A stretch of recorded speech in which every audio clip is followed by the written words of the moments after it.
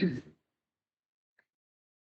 right, everyone. Welcome to Turn the Page Tuesday here at Books and Bounty Live. I'm your host, Stephanie Henderson, and tonight is a special show as it starts the new season of Books and Bounty. We'll be focusing on reading Gothic literature, specifically in New Black Gothic, Caribbean Gothic, and Southern Gothic literature.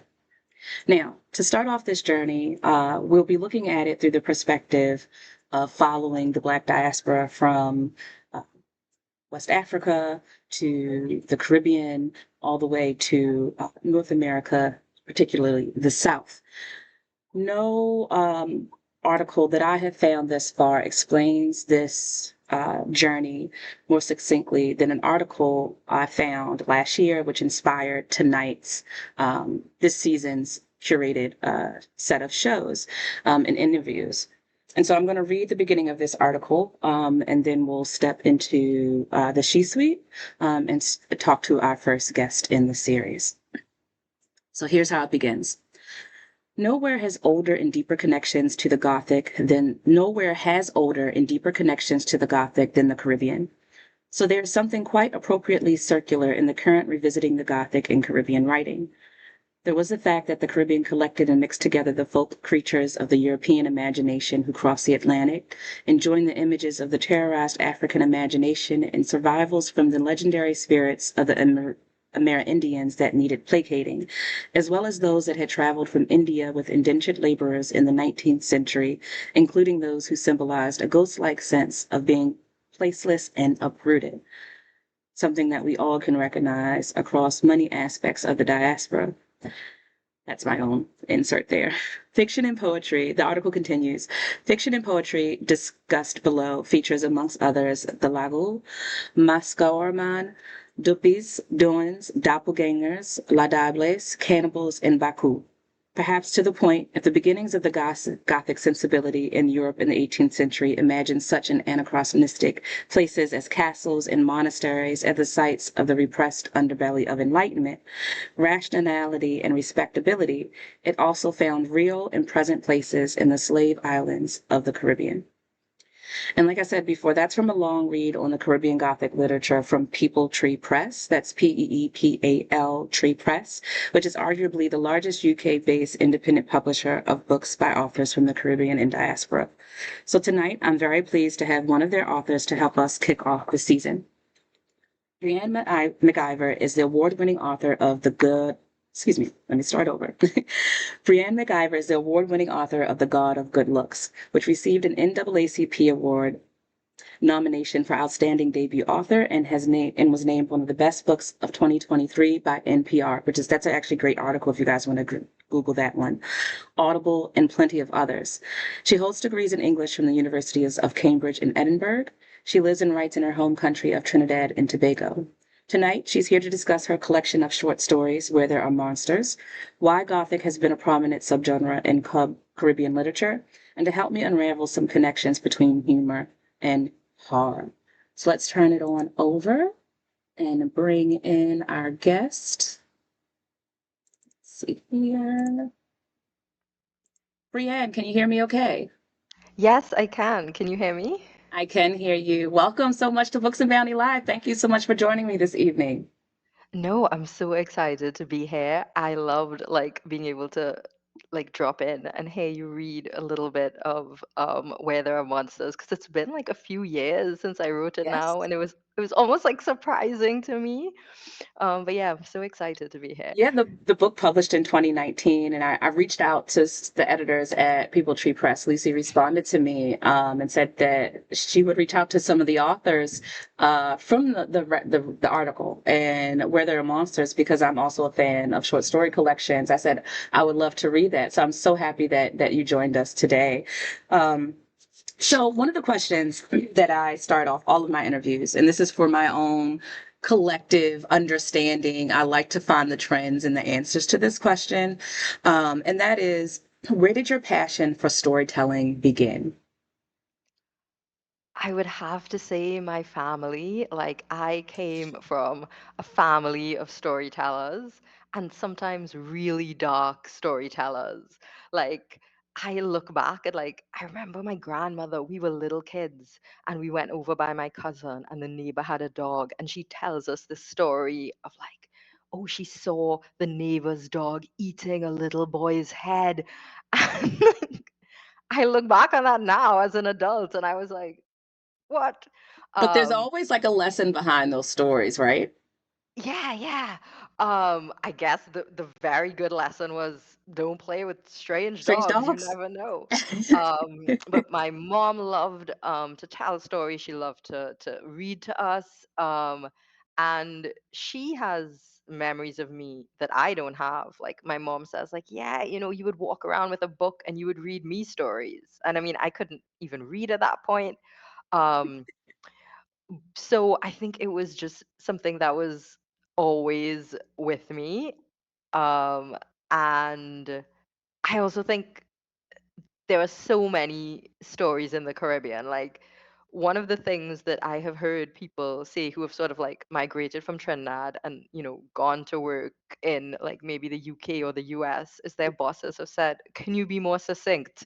Because everything is a story. Even at work, it's like someone will ask you to explain something and somebody will launch into a story, or you'll get an email from somebody and they'll be like, "Okay, let me explain." And 2 paragraphs to tell you how we got here. Um, and so I just think I grew up with so many stories around. I had a book of Mhm. folklore that my mom had. It actually terrified me. The cover was Papa Bois, who's this like forest guardian. And I remember being a little girl and I would read the book and then I would take it and put it under other books and like hide the cover so that he couldn't see me, which obviously makes no sense. Um, but yeah, so I just think I grew up surrounded by storytellers in a country with lots of stories, and yeah, and I was have been telling stories, I guess, from before I can remember. So And that's one of the key things that I always like to point out is that it no matter the response, it's always it's rare. I would say not always. It's rare that it's, oh, I found storytelling late, or I found a passion for stories late in life. And that's for all of our listeners, this is your daily dose of reminder that start reading to those kids young, sharing those stories from your family, and asking those questions to your elders and others. Get those stories out of them because they're there and they're valuable. And not only that, they can be quite entertaining. Um, but before we take a deeper dive into the dark, I want to chat briefly about your new book, because the short story collection that we're discussing tonight actually published in 2019, but you have a more recent release, and I just want to give that a little bit of love, called The God of Good Looks. It's published by William Morrow, which is a HarperCollins imprint, last year. And when I was reading some synopsis about it, I noticed that it had a bit of a biographical element to it. So there's a bit of other ways you spin your creativity and tell a story. Tell us a little bit some of your other hobbies and how that makes its way into The God of Good Looks, in case anyone wants to check it out. sure. So I, through a very circuitous route, ended up training to be a makeup artist. And the people who knew me up to that point were just genuinely shocked that I would do Mm. this. But I used to be very involved in the theater and I was a teacher. So we would do school plays with kids. And so, of course, your budget is nothing. Mhm. And you're often relying on, like somebody's older sister to come and do the makeup, or like a makeup artist who will do it like as a donation to the Yep. school. And I had multiple occasions where the makeup artist canceled. Once on the day of the show, just like a few hours before, she's like, "I'm not coming." And I was like, "What?" We had literally, this was one of our biggest shows. We'd rented an auditorium Mm. and we'd sold Mm. tickets. Mm. And so my parents were like, "Oh, for your birthday, um, what if we paid for you to do a course and you can be the makeup artist?" And I'd been like, "Oh, sure, I love makeup." And that opened up a brief but very impactful career in makeup. And I sort of went to this course with almost no idea of, what to expect. I'm like, yeah, they'll teach you to do makeup. It was, a few months, all day though. Mm. And when I got to the course, it was literally essay writing on like the history of beauty. You had to give presentations because they're like, no, you Wow. have to engage with your clients. Yeah. And it was sort of like drilled into you that like the biggest sale in terms of makeup is you. So the teacher, he was like, listen, you can't go to the mall in shorts and a t-shirt because somebody's going to see you and you're going to look bad and they're going to say, I don't want to hire this person. Like Mhm. every time you step out your door, you need to be selling, like your face needs Your to be advertisement. You're beat. the yeah. You're the And advertisement. I started doing that, and it was genuinely shocking how differently people treat you. Like when you're just all dressed up every Yes. day, when you Yes. present a certain way. I had been going to this cafe like every day. Like I would go after work and I would sit and I would write. And every day I went, they just kind of call you up to the counter and you Mhm. get your coffee. And I mean, whatever, that's how they do things. The first day I went in, when I was all done up, like I just realized the coffee comes to my table like on a tray with like a little biscuit. And I'm just like, wait, Everything becomes a little bit more fancy. yeah. But then I also started questioning like what am I doing? Because you work and you tell Mhm. people like send me a picture of what you want or tell me what you want. And Mhm. it's all of these like Eurocentric beauty standards. Like, can Mhm. you make my Mhm. nose slimmer? Oh, Can you wow. Yeah. and then I'm like, so there's sometimes when you're like, what am I doing? Am I Mhm. helping people feel more confident? Am I like perpetuating insecurities? Am I, you know, and I'd never thought that I would write about beauty. I had like the serious part of my life Mhm. and the part that like looks at, like videos on YouTube and it just kind of came out. Yeah. So yeah, very different from Where There Are Monsters. I think anyone Very who read different. the first book and then read this was just like, oh, that's a departure. But I But find that so refreshing in your versatility, and also in the audacity to put your talent out there, right, and to see what comes of it. And I love that. It's very refreshing to see that. Um, so your affinity for the darker fiction is homegrown. That's very much obvious. And so much history in the genre comes straight from Trinidad and Tobago when we're talking about hashtag Caribbean Gothic, right? Um, how did you first make those connections from the stories from your grandmother and your mother to this is a solidified part of my history and perhaps something that's going to be a part of my future as well? yeah, I think that like you go through this childhood phase where you're kind of scared and then it's almost a circular route where you grow out of it and you kind of think, oh, that's nonsense, like there's no such thing, it's not real. And then you grow back into it Yes. and you realize, sometimes these stories were all our ancestors had. um and you look at, I mean, it's been so discussed, like sort of like the history of our countries, the history of sort of people who were like either were living, in the Caribbean peacefully and then were almost exterminated, people who were Yeah. like brought here violently, people who were tricked into coming with promises. Mhm. But a lot of the times you see that they bring these stories and they mix and they adapt to the world that people find themselves in. And sometimes like you see these figures of vengeance, um and you realize like, yes, in a world that seems to be so devoid of any sense of justice, Justice. you Yeah. can see how like the stories can implement this idea of justice, the fact that like, okay, you know there is somebody who is like bringing about justice. Mhm. So like the figure of like the Ladja Bless, this woman who punishes terrible men. You can see how that idea is a comfort to people who never see those men held to account. Mhm. And when I was listening to you on Sunday, you were talking about, the traditional Gothic kind of had like, you know, the house Yeah. as the really scary thing. But I think that, in the Caribbean, the real life scary things, there were so many people trapped in so many places, like the plantation is the obvious, but not the only one.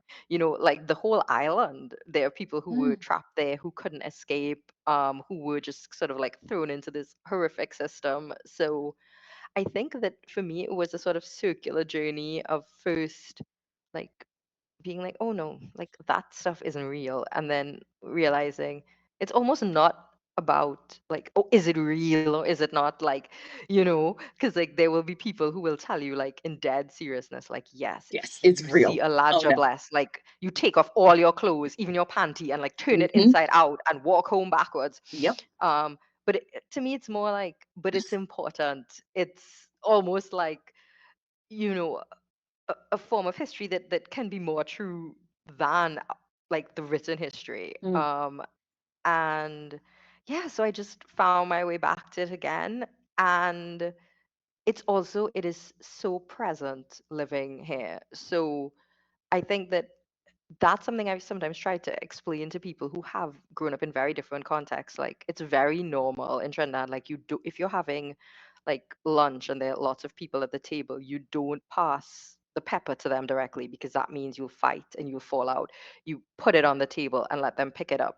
A few years ago, there was a story of a buck who is a Guyanese folklore figure, and he was like sucking a little boy's toe. This story made the national newspapers. It was just presented as like, hey, this is happening, you know. Hmm. And Hmm. then there were follow-up stories, like there were exorcisms taking place. And so it is also just very present in everyday life. People will wake up with like a red mark on their skin and you say, what happened? And they say, oh, like Sukuya sucked me last night.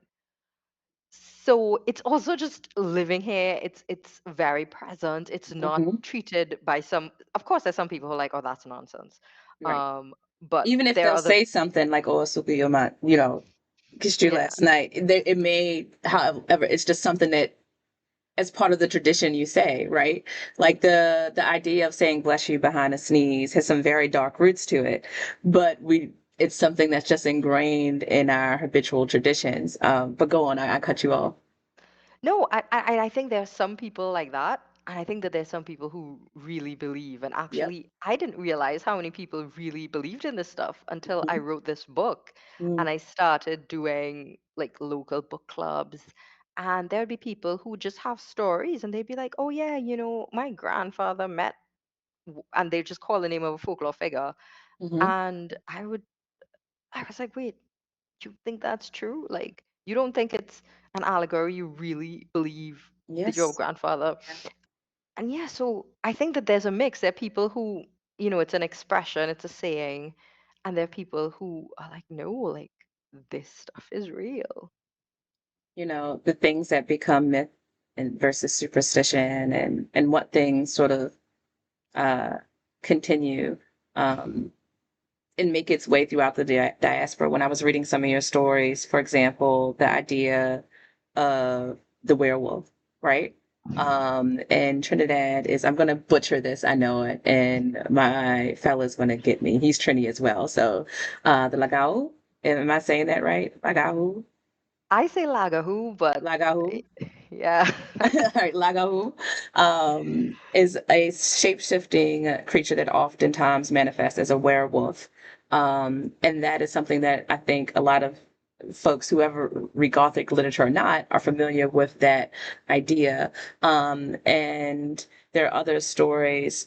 For example, you just talked about Les Diables, La Diab. I'm going to butcher it again, but it's the concept of the she devil or the woman that is sent for retribution, right? In some sort of way, siren, that manifests itself in many different ways.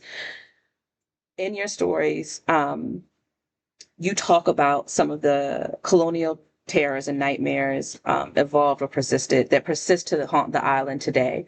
And so, what I want to let my followers know, although we're talking about folklore and monsters from the stories that our aunties and grandparents and ancestors have passed down to us, they manifest themselves in real ways, just as they represented the moments of oppression, patriarchy, etc., from the times in which they originated, all the way from the 18th century up until today, as seeing them manifest in things such as violence, terrorism, misogyny. Um, However, what I love about horror, and what I think you also love about horror, Brienne, is that for me, they're clear examples of the persistence of human resilience. And Where There Are Monsters tells tales from both these times, right? You invoke traditional monsters, but you also invoke the monsters that we have created today. Um, so let's talk about the stories a little bit more in depthly. From traditional eats in native flora to sing-song Creole and frightened tongue, the setting in Where There Are Monsters is undeniably Trini, and thus so are the monsters in this tale. While writing these stories, which monsters were familiar to you? And I think you just touched on this a little bit. And which did you discover while writing the book? So I think that I had like I just have a love of like things that are monstrous. So there were sort of like the kind of like international blockbuster monsters, like Dracula. I remember reading it in school, and it was just like one of those books that like blows your mind. Yep. Um, and so I think I had those monsters. I think I was also very interested in the sort of psychological monsters, kind of like Hannibal Lecter type, not necessarily supernatural, but people whose behavior was monstrous. And then I had grown up with a lot of these stories. The sort of like Laga who in the story, the course, the sort of Yes. shapeshifter. And I think that how these stories came together is most of them were written almost without any thought of them ever being a book. Mm, And at a point in my life when I didn't know if I could write a book. And it was a really good friend of mine who we had a little writing group and we did a writing exercise, and he kind of said, no matter the prompt, you always just make it very dark. Like the prompt could be, oh, two people are driving home at sunset, and like you're gonna have them stop to change a tire, and like something terrible is gonna happen. mm, And he was like, have you like considered bringing your stories together in a collection? And I genuinely hadn't. And it was almost when I read them all together, I realized just how many monsters there are in my stories. yeah. I don't think there was anything that I sort of discovered while I was writing, because a lot of them were things I'd been hearing about all my life. But I think Mhm. that some of the stories allowed me to get into their head in a different way. So, like, the course kind of looks at what it's like to be a Lagahu. I think normally Yeah. we're in the perspective of the victim or the potential victims, and we see, you know, what it's like to be afraid of this creature who's dangerous, who's unknown. Not all of the legends made it into the story, but they say that you could hear like his chains at night when he's like walking, and dragging a coffin behind him. And I think that story helped me to think, okay, but what about the person who's doing the changing? What about the person who this is happening to? Like, does he know in his day-to-day life? Like, is Right. it like when it's gonna happen? Is it actually just as awful for you? Like, do you wake up and just vomit up all of this That, like and I think that's why the course was one of my favorite stories because one, it's rare that you get the perspective of the monster, right? Two, the description of what he goes through seems so spot on. Like, I don't understand what's going with my body. I'm waking up to all this foreign human flesh in my stomach. Like, what would happen in that moment? How would I react? And poor Cora. Oh my goodness. Like, it's the whole dynamic of, the angel and the demon and her poor soul, like trying to save his. And um, but what a suffering, and no idea of why he has to suffer in such a way, right? I won't give out away too much because Cora, they go through this struggle on trying to find a cure, and dealing with an Obeah woman and basically a witch doctor in traditional Trinidadian culture. Um, and so I won't give it away on how that story is resolved or not, but dang, Brienne, like I'm like, how can you you think like getting into the mind of of a creature like that, and the sort of the distance, the give and take of having to rely on your loved one, but also not wanting to be a threat to them, and the conflict you go through with that. So yeah, the course was one of my favorite stories here. What also stood out to me that I really liked was how you described your settings. They were such sort of juxtapose of of the light and beauty of the island, you know, of the paradise on earth, as Trinidad is known for, Trinidad and Tobago. But how that can be juxtaposed to what you see in some of the current headlines today when it comes to domestic violence and gang violence. You know, from folks not, you know, I got to get to. The title of the story is leaving me at the moment, but there was the one where the young man is trying to. I think it's the first one. He's trying to get on a Yeah. to reach a date. He's an actor, right? Ophelia. Ophelia, and he cannot. This is the one where he's just like, it's a point of obsession to this woman where he has to leave to see her, but there's a shooting that just happened outside his door, and he can't leave because, oh God forbid, someone thinks that he's a witness. Now, being a woman from Baltimore, I'm not that unfamiliar with with gun and the gang violence and how that can wreak havoc on communities. But in Trinidad, it has really taken a toll.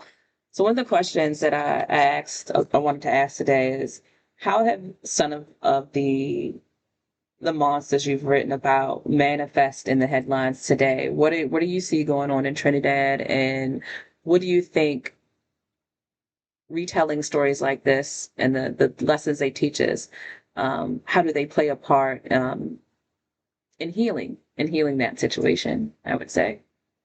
Yeah, that's a great question. Um, I think that because obviously, like you know a lot about Trinidad, and then like you said, like your partner is a Trini.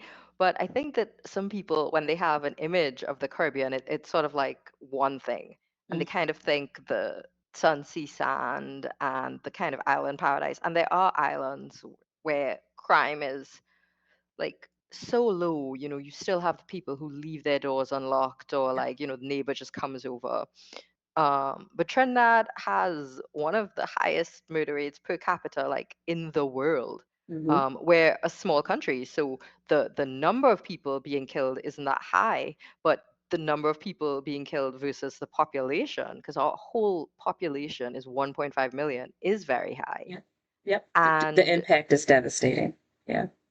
I think that you sort of like live in a place where, because violence is so close, you're constantly alert. Like if there's a strange car like just idling outside your house, you're gonna take a picture of the license plate. You're gonna, if you're home alone, lock everything up, text somebody, say like there's a car here.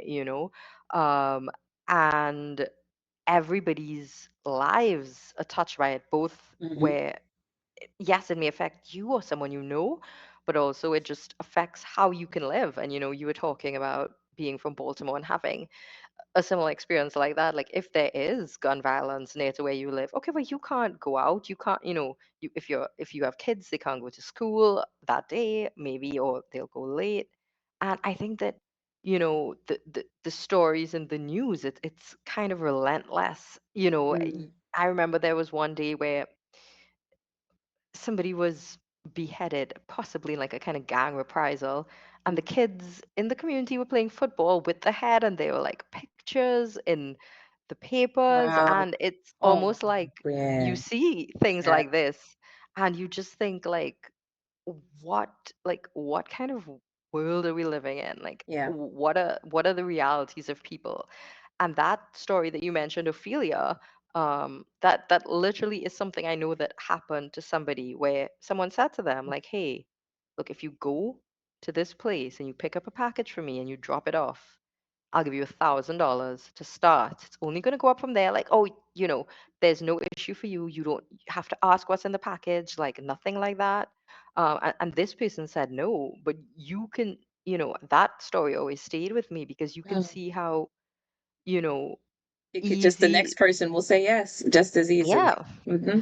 Hmm. Like you're like, $1,000 just to pick that up, oh yeah, sure, of course I'll do it. Like, where am I going to make that type of money again? And so I think that I mean, there's crime in The God of Good Looks as well. There are those stories in Monsters just because you live it and it's a part of your life. And I honestly don't know if the writing can be healing. I feel like that might be a kind of controversial thing to say because sometimes it almost feels like you're screaming into the void Ah, more than anything else. And, people respond so differently. So there may be some people who read these stories and feel like seen or feel connection. like, oh, yes, this happened to me. But I don't know if the end result is healing or if they sort of feel anger, if they feel like, Mm, why is this allowed to happen? Or it's almost a sense of sort of like, well, what can we do? I mean, some people's response is just to build, houses with, burglar proof in every window to try to, get cameras, do as much as they can to protect themselves. I right. mean, there's not a window in my house that doesn't have like the bars, like you're Mhm. in jail, because what's the alternative? Um, so I'm not sure. I think that at least here, like, people have such a frustration with crime because it's so present and it's been going on for so long. I don't know if a story will help them feel better or if it'll just make them feel more like they're pushing really hard against the reality. But if it does bring, if stories do bring people healing, then I'm glad for that, because Yeah. sometimes I just feel like, you know, there are times when I'm just like, I can't watch the news. Like, people like, oh, you have to be informed. And I'm like, yes, you do. It But it's is. just, It's and I demanding. It's know, tiring. Yeah. a lot of people, regardless of what country they're in, feel that way too, because there's so many people from all over the world who just are going through their own version of like, how is this happening? You know? Right. Right. Right. We see it every day internationally and at home. But something that uniquely I think is something that I find unique to Black folk, and this is Black folk across the diaspora, is that our humor often comes in to save the day, whether that's with a smart aleck response, a quick-witted comeback in an argument, or joking and kidding around with your friends in the play yard. Um, we've always had comedy, humor, and the affinity for quick-wittedness in our back pocket. What I have found as a person who loves horror stories by Black authors is that and horror in general, dark fiction in general. I read a lot of indigenous stories, and it's something I found again that from the Native American roots in the islands and across the Americas, the saying "Don't whistle at night." That actually comes from a Native American saying from the Arawak and traditions of South America that's made its way on through. And another connection that I find in horror by Black and Brown folks is comedy and humor that throws you off guard in a way. And if you think about it, like our histories are so grotesque and reach so much into the absurd that what else do you do other than turn it into something weird, like like in maybe even funny, so how have you used comedy, particularly here and where there are monsters, and how do you find it show up in your everyday life? Yeah, I just want to echo everything you said. I think that, yes, humor is, I mean, it is like the ultimate coping mechanism. Mm. There are times where like my friends and I will be like laughing at something, and there's almost a surreal moment where somebody's like, "Isn't it crazy that we're laughing at this?" But it's almost like, yeah, but what are you supposed to do? Like, put your head in your hands and just cry all the time? Right, And I do right. think that the story of the Black diaspora and of a lot of brown people who have sort of like come to the Americas or been brought to the Americas is one of like resilience Mhm. through, yeah, jokes. Like if you look at, you know, some of the slave songs, if you look at Mhm. like, Yep.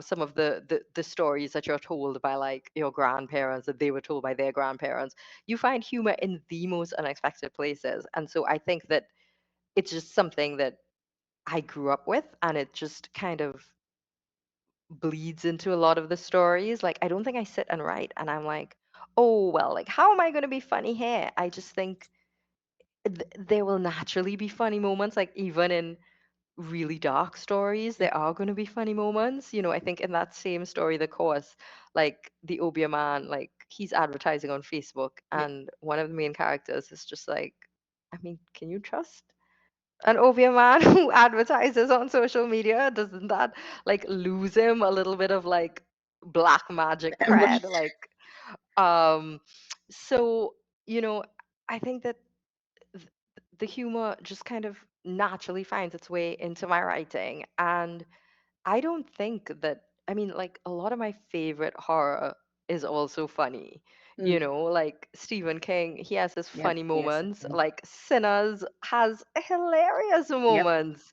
And it doesn't detract from the horror. It almost makes the horror more stark because the horror isn't happening in this like totally foreign, joyless world. It's happening in the world that we live in, the world where we joke with our friends. Um, and I think that, you know, in my everyday life, it's almost much the same as my writing. It's not that, you know, like if you actually one of the most backhanded compliments I ever got about my writing was Mm. somebody said to me, gosh, your book is so funny. You'd think that you were funny in real life too. No. And I remember just saying like, thanks, I guess. Like, I'm sorry, I'm not here like Chris Rock cracking everyone up. Um, but I think that like that's the way it is in everyday life too. Like sometimes, like you said, something is so absurd that that creates the comedy, like that you just start to laugh. Hmm. Um, and yeah, and I also think that for me, Hmm. my favorite comedy is the one with the edge, the kind of like dark side, the Yeah.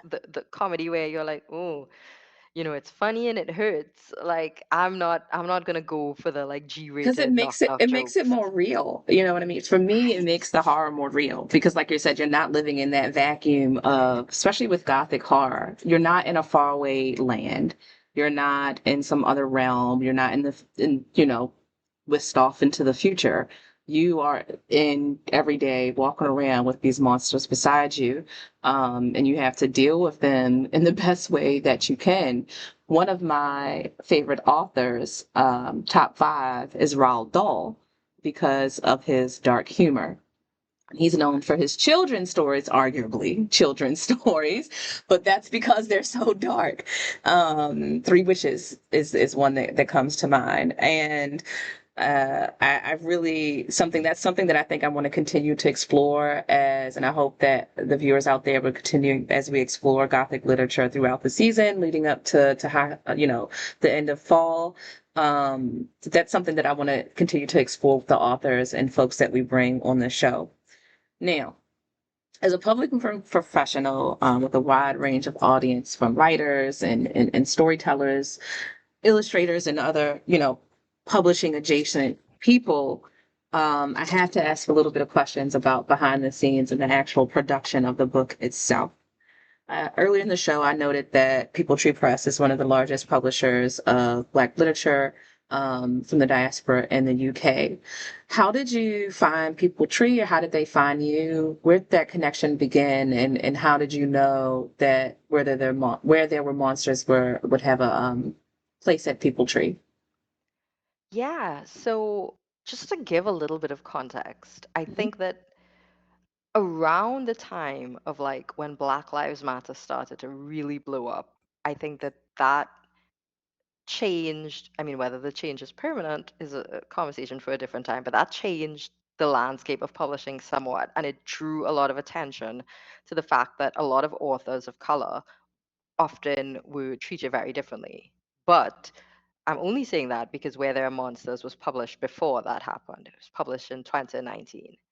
And I'd heard lots of horror stories of Caribbean writers who were asked to sort of like, you know, change the dialogue because people wouldn't Mm-hmm. understand, even if Mm-hmm. the new version of the dialogue wasn't authentic, or, do things like basically things that had no merit for the story, no value to the story, but made the story more accessible, Yeah, they right? tried to whitewash it and so to speak, and that Exactly. more accessible, sure.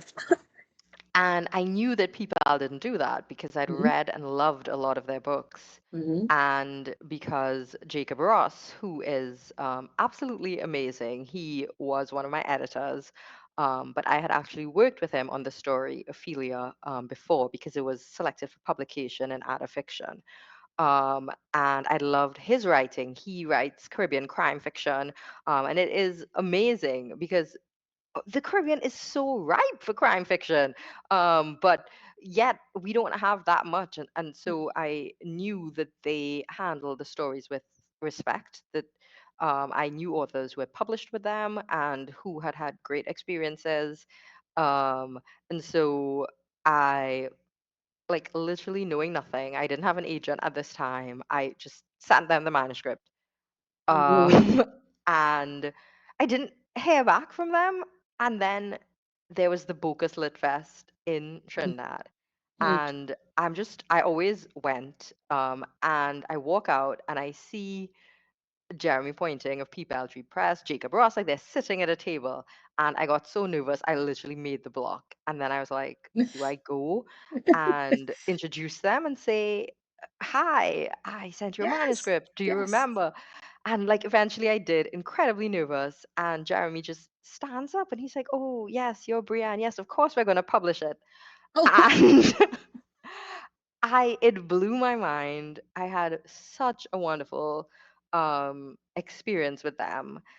And I think that it it was a great foundation because mm, I've talked to people who have had Caribbean people who have had a nightmare Facebook, who mm, have had, publishers who, like you said, want to whitewash every single thing, or change the story to make it accessible, even if that accessibility actually undercuts the authenticity. And I think that having that as a first experience mhm, gave me that sort of grounding, like, okay, but that's not the type of writer I want to be.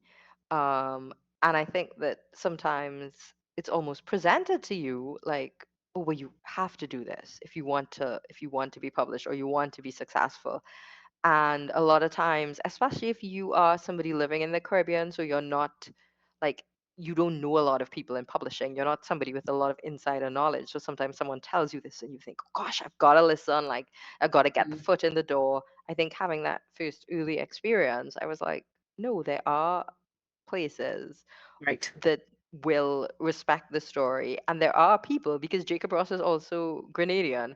So, okay, no, he's not a Trini, but he understands the Caribbean in that way. And so, even like, I remember he made a comment to me once where I described something as like a bird. I can't remember which bird. And he's like, why didn't you choose a local bird? And I went, what?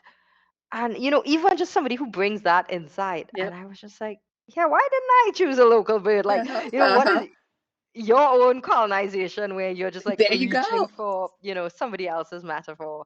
So yeah, I had a great experience with them. And I just think that the work they publish is so boundary pushing. And It is. I mean, I still, when they bring out new books, I'm still, so hungry to just eat them up. Yeah, I'm really grateful that I discovered them while looking around for books last year, and been following them ever since. So before we get into some other traditions here on Books and Bounty Live, I want to give the opportunity to read a little bit from the collection. I have some of my favorites, but I want to see which one you're going to pick from. kind of feel like I should do the course because we talked Okay, about it let's so do it. much. Let's do it.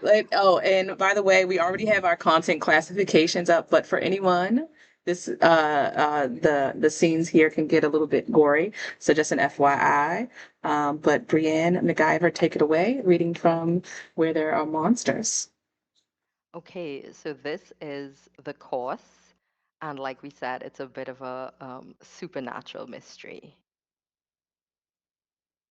He's always had thirsty skin, sitting in the rain, washing off the dirt from last night's exploits. He lets his paws drink. The air is streaked with thunder. He spent the earliest part of the morning retching up a chunky concoction brindled with blood. Tendrils of wispy hair have wrapped themselves around his fingers. There's no way hair like that could have belonged to an adult. A child, he thinks, feeling sicker. He doesn't know for sure, though. He can never remember. Looking through the rain, he sees Coraline's face behind the window. Her terracotta curls swirl around her head in an early morning mess. When the clouds have bled themselves dry, Coraline picks her way through the puddles. It happened again last night, she tells him. I know it happened. It. It is the thing neither of them knows. They try to medicate it with doctor's visits, sleeping pills, and hypnosis. But it still leaves their doors hanging off hinges, scratched, as if a giant wolf were trying to get out. It leaves Coraline to wake up to his torn clothes and an empty house. There is a local word for men who turn into monsters, lagahu, but they have come to an unspoken agreement to never say the word aloud. After all, neither he nor she has ever witnessed it. You remember it? She asks. He hates the high, hopeful sound of her voice, almost making him wish he could remember. No, but I've been throwing up all morning. The first filaments of sunlight find their way through the clouds. Um, Mrs. Cooper called this morning, Coraline says. She asked if we saw her daughter. Okay, is that good? That's good.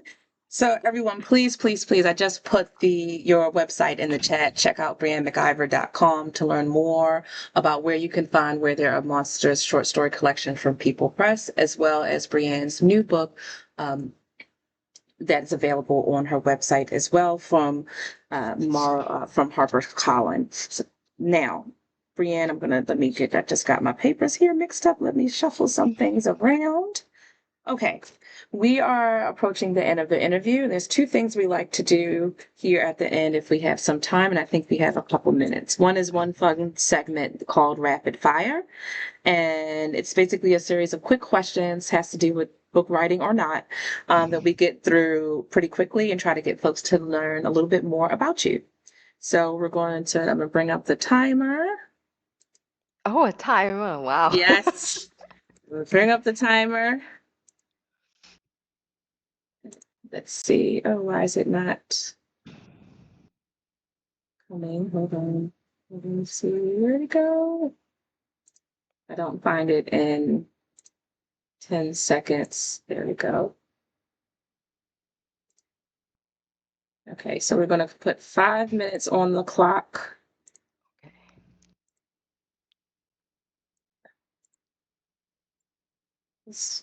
Why it got moved around so quickly? All right, 5 minutes on the clock.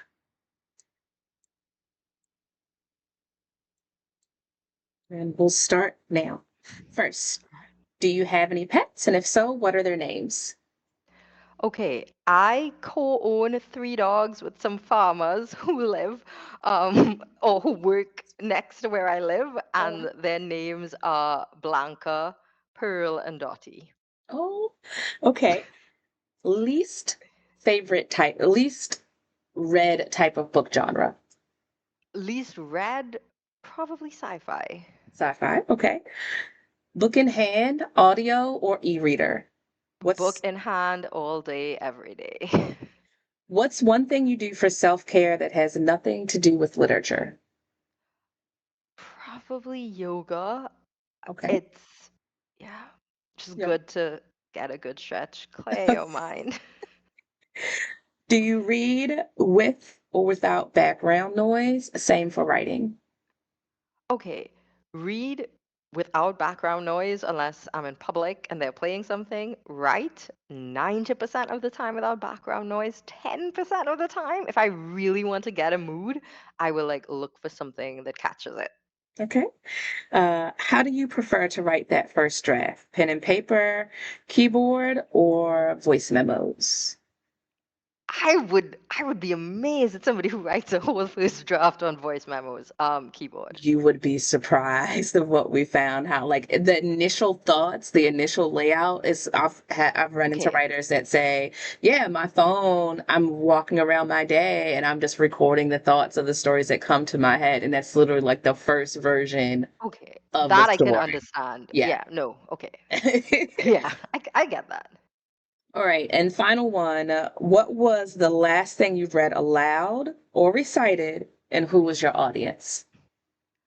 Okay, the last thing I read aloud was a children's book. Mm. Um, and my audience was my little cousin. The name of the book is Giraffes Can't Dance, Oh. and it's genuinely a wonderful message because George the giraffe, he's too shy to dance with the other animals. But when he's on his own, he just does this beautiful dance, and all the other animals are like, George is the best dancer we've ever seen. So yeah, it kind of left field answer, but it's the That's so last good. thing I read That's aloud. lovely. And I think that goes back to our earlier point about invoking that passion for storytelling. It begins early, and I'm sure your niece is going to be grateful for sharing that moment with you. Okay, final question of the day. I always like to give my guests the opportunity to leave us with any bookish recommendations. That can be books, reads. Where can we find you next? Are there any opportunities to meet Brienne in the States, perhaps upcoming, and things of that nature? So feel free to plug away or give any other reads and recommendations that you think our audience would enjoy. I wish had opportunities coming up in the States. I'll have to have a new book for that, but hopefully that's not too long in the future. I am doing an event with the Bocas Lit Fest where I'm interviewing Lauren Francis Sharma, Okay. who wrote this wonderful book. Plug her, Casualties of Truth. So that is on the Bocas Lit Fest website if anybody is interested. And I would love the opportunity to plug some amazing books that were also published by Tree Press. One is The Dreaming by Andre Bagu. It is a wonderful story of like the queer Caribbean. So I think it's, and a lot of queer joy. There is the hard side that's I think necessary when writing about that in the Caribbean, but there's Mm-hmm. also the joyful moments. And then another book, which I think mentioned earlier, is by Jacob Ross. It is Caribbean crime fiction called, but the name is The Bone Reader, and it's just a wonderful story of crime, but set in the Caribbean. So with the sort of unique obstacles maybe of a police force less than equipped to deal with the situation. And then this one guy gets special training to read bones, and can he solve the crime? And typical of like a small island, Mm-hmm. everything is very close to home. I'm gonna be interested. That might be one I need to recommend for my mom. She loves a lot of the British mysteries and sitcoms and crime shows. Death in Paradise is her ultimate favorite. So I might have to see if mom wants to be interested in reading a bit of Jacob Ross.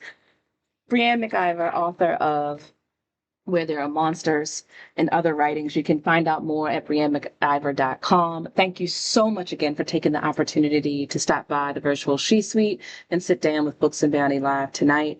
If there's ever an opportunity where you do get to be in the States, let me know. I would love to see if we can make it happen to see each other.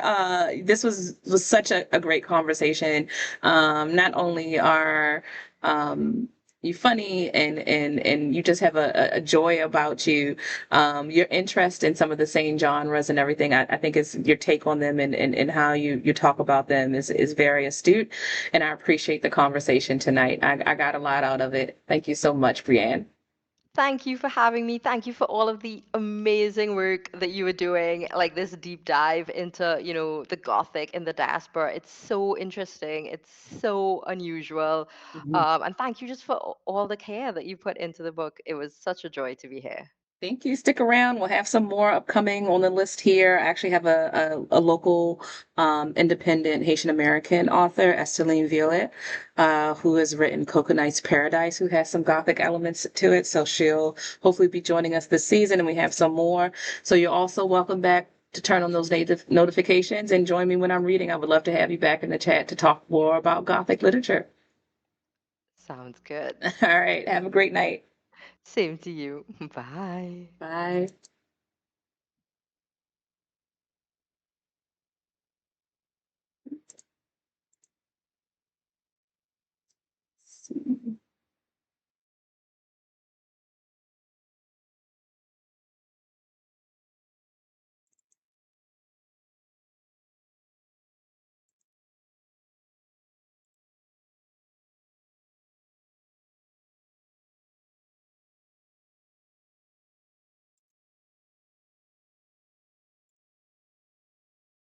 All right, everyone. I just wanted to say thank you for sticking around again for another night of Turn the Page Tuesday. I'm your host, Stephanie Henderson. You can catch me every Tuesday night at 7 o'clock or 9 o'clock for live interviews, giveaways, book reviews, and more.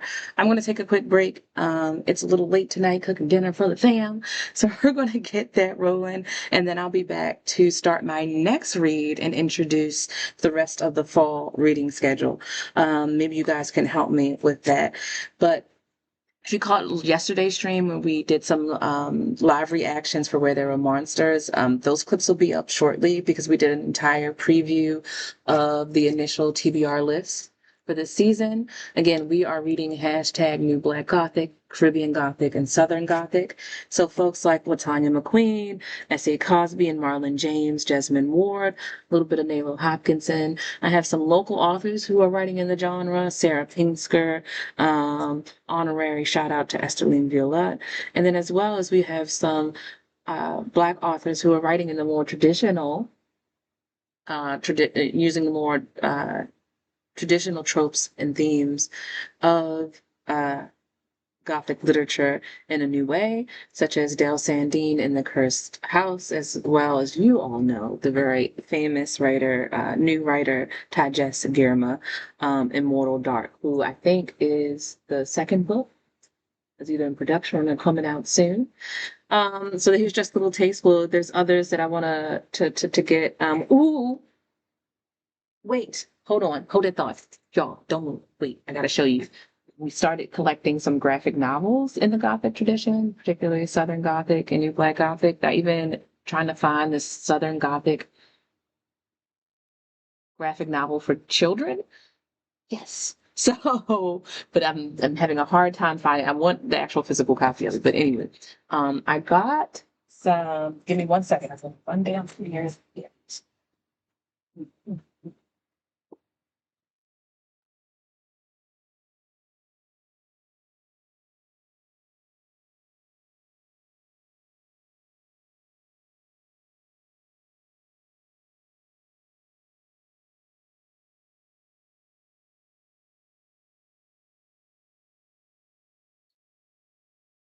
So if you know anything about me and Books and Bounty, we are always encourage you to buy directly from the author, publisher, or independent bookstore, or visit your local library and get the books for free.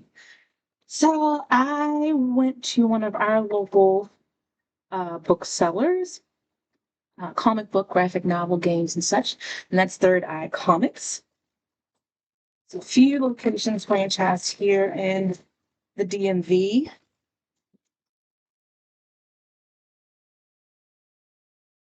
Locations in Lexington Park, Maryland, College Park, Maryland, Waldorf, Maryland, Short Pump, Virginia, and in Mechanicsville, Virginia. We frequent the Annapolis location, which is the location closest to Baltimore. So they're on the hunt for a few things from me, but in the meantime, I got some very famous stories in Southern Gothic. Small thing. One of the steadfast, tried and true monsters of Southern Gothic literature and traditions and horror, the swamp monster, the bog monster, the creature coming from the muck. Alan Moore's version of the Swamp Thing is one of the more famous series in when it comes to the interpretation of the Swamp Thing. What I love about the edition that I had here, is this the one that I'm looking at? No, not this one. It's the next one. So that's one in traditional that I just had to get as a classic staple. This is volume 1. But the Swamp Thing still publishes to this day. The next thing I got was a compendium for Harrow County. It's another traditionally Southern Gothic set of stories. And this, do I want to open it? No, but I do. But this is illustrated and lettered by Women of Color. And so talk more about Harrow County and maybe reach out to Naomi and Emily to see if they want to get on the show to talk about this edition. So I'm trying to keep it diverse. We'll add those to the pile here.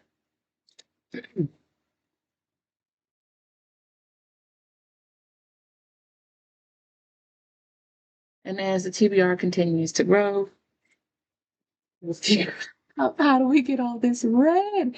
So far, we've read LaTanya McQueen's When the Reckoning Comes. Y'all, I'm gonna tell y'all right now, when y'all read this book, just take them. People might have to be motivated to do some things that your ancestors call you to do that you should not do.